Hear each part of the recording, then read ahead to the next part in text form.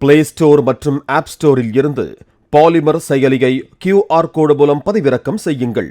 செய்திகளை உடனுக்குடன் பெறுங்கள்.